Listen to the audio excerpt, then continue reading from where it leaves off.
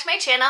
I am back today with another huge box here, collection of book mail.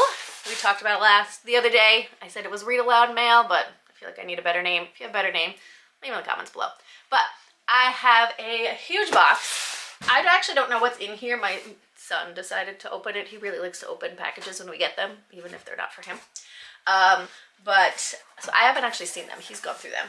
So there's quite a few in here. 1, 2. There might be almost like 10 in here, so I'm excited to share them with you. I believe some of them have already come out and some of them have not been released yet. They'll be released in the next couple weeks, couple months. So I will leave all of the books in the description box down below like I normally do, so that way you can pre-order them or grab them if they are already out. So let's see, Tiger Tales, they're from Tiger Tales. So I've been getting some packages of book mail from publishers. Sometimes I get them from authors, and so that I can share them with you. So, Tiger Tales. This one, ooh, I remember hearing about this one. A Happy Place by Britta Teckentrup.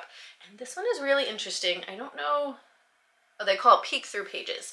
So if you notice, it's gonna be hard to show this on camera, but if you notice, there's like these openings on the pages that go through to the other pages, so I can like stick my hand through. But I think a lot of the pages are like this. So this one's like kind of a half page there. The illustrations are beautiful. This one's really neat. It has like a couple different holes. Like I said, I don't know if this is really showing up on camera, but it's really neat and it's beautiful. It says, let's see, a magical moonlit adventure where we are invited to dance with a whole host of animals beneath the moonlight. But is it all a dream? This looks like a beautiful book. Definitely recommend this one. Okay, what else do we have? This one looks silly. A Better Best Friend by Olivia Talick. Olivia? This morning, while I was out walking, I found a best friend. At least, I think he is. Anyway, he looks like one. He has a real best friend face. I have a feeling he's going to be my best friend.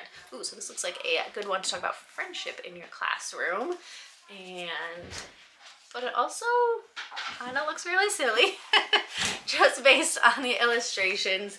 I think your students will really like these characters, and a great book, hopefully, I think, about talking about friendship with your students.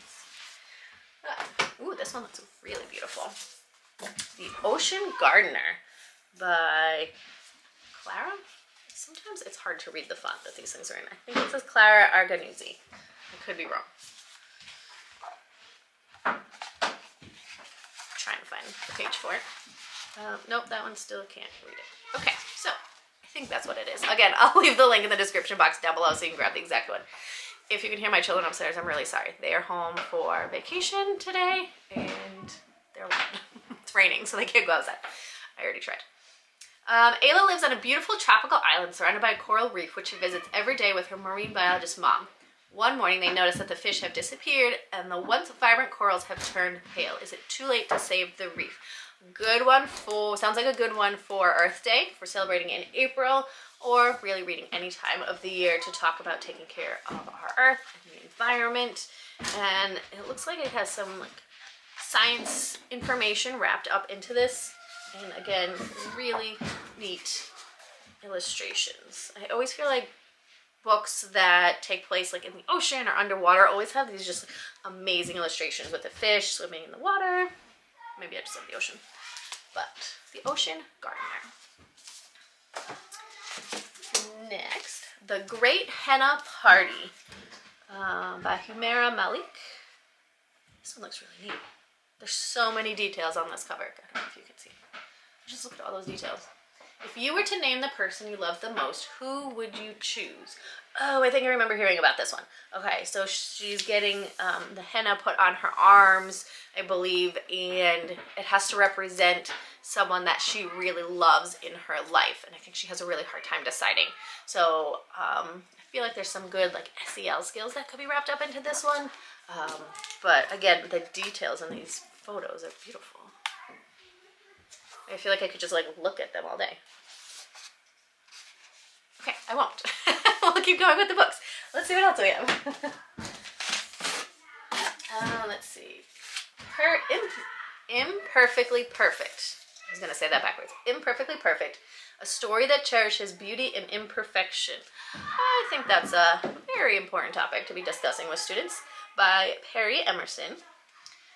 What is imperfectly perfect? It's a flower. It's a flower growing from a cracked sidewalk. It's the memory of a happy time etched in a wrinkled smile. Ooh, this sounds really interesting. Ooh, it looks like something might go wrong. And then I'm guessing it leads to probably an important conversation about being imperfectly perfect. And I think that's a good conversation to have with your students. I think sometimes our students get so wrapped up in being perfect or feeling like they have to be perfect that they don't be themselves. So a good story to share with them. This is a good one for spring. The Bumblebee Garden by Dawn Casey and Stella Lim. Ooh, it's about bees. I know sometimes bees can be scary for kids. We get those students who have that fear.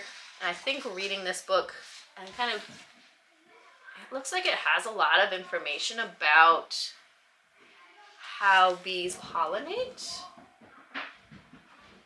Yeah, how bees pollinate. And it looks like it's kind of putting it into, just from a quick glance, something that students can understand. So it's kind of like, they're like acting it out. So that would be neat to kind of show students what bees do, what their job is, and how they help our world, and maybe it can help ease some of those fears and worries for them. I know I keep talking about illustrations, but that's what I'm looking at really quickly without reading the story, and these illustrations are really awesome too. Very colorful, perfect for spring. Finding Our Way to Faraway Valley by Cecilia Hakila? It's a special place, a wild place, and those who have been there say it still fills their dreams. It's about a grandpa and a little bear, and they're going to visit Faraway Valley. And does it still exist? Oh, again, this is another one that would be good for Earth Day. It says it's about respecting and caring for our natural world. And look at these paintings. So a good one for Earth Day and taking care of our Earth. So I'm wondering if something happened to Faraway Valley and maybe they need to, I don't know, fix it or take care of it. So it's kind of long. It's a lot of pages for a picture book. Okay. Ooh, this is beautiful. Solstice, Around the World on the Longest, Shortest Day, written by Jen Breach. Oh, and it's illustrated by 14 global artists. That's pretty neat that there's different artists. Oh, I see. Okay, so looking at this, not sure that I would use it as a read aloud. There's a lot of information on each page. But maybe you could break it up. It looks like it travels to, I'm guessing 14? Let's see. 14. Yep, so it travels to 14 different places such as South Africa, Turkey, Norway, Argentina, and how they kind of celebrate the solstice, I believe, on each of those days, or in each of those places. So that's really neat.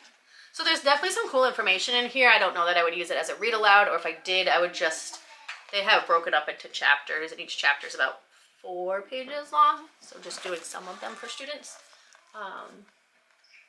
That's really interesting. I love the bright color and I don't know if you can see like the gold. It's reflecting. That's cool. Okay. Oh, and this is our last one.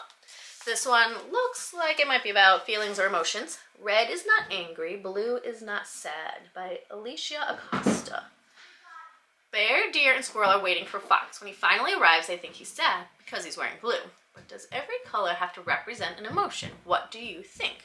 Well, that is a very interesting question to pose for your students before and after reading the story. So I definitely would say ask them that question, then read the book through with them. I see how they have like pops of color and like a black and white background. Then read the story and think about what the animals have to say in the story. So I'm guessing they're pretty opinionated in this book.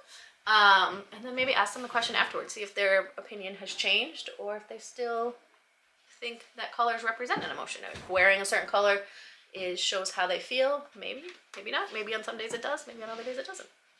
Okay, that was my last book. This is quite the collection of books. I'd like to just tell you which one I want to read first. I think I'm going to go with Ocean Gardener. This is going to be my first read. Learning about the ocean and taking care of the ocean. And again, those illustrations just pulled me in. So, if this video was helpful, if you got some ideas for new books, definitely give this video a thumbs up so that way other people see it, other teachers can find new read-alouds for their classroom, other parents can find read-alouds for their home, because I just want to share books. I love sharing books with you and different ways you can use them in the classroom. I'm so excited to get book mail. I'm hoping to get more, and as soon as I do, I will pop on, share them with you so that you have more books to read in the classroom. So, if the video is helpful, give it a thumbs up. Hit that red subscribe button, because even when I'm not getting book mail, I have new videos coming out almost every Monday. Sometimes I skip a Monday, with book ideas that you can use in your classroom. Tips for read-alouds in the classroom, how you can use them. So make sure you follow along so you don't miss a video, and I hope you have a great week.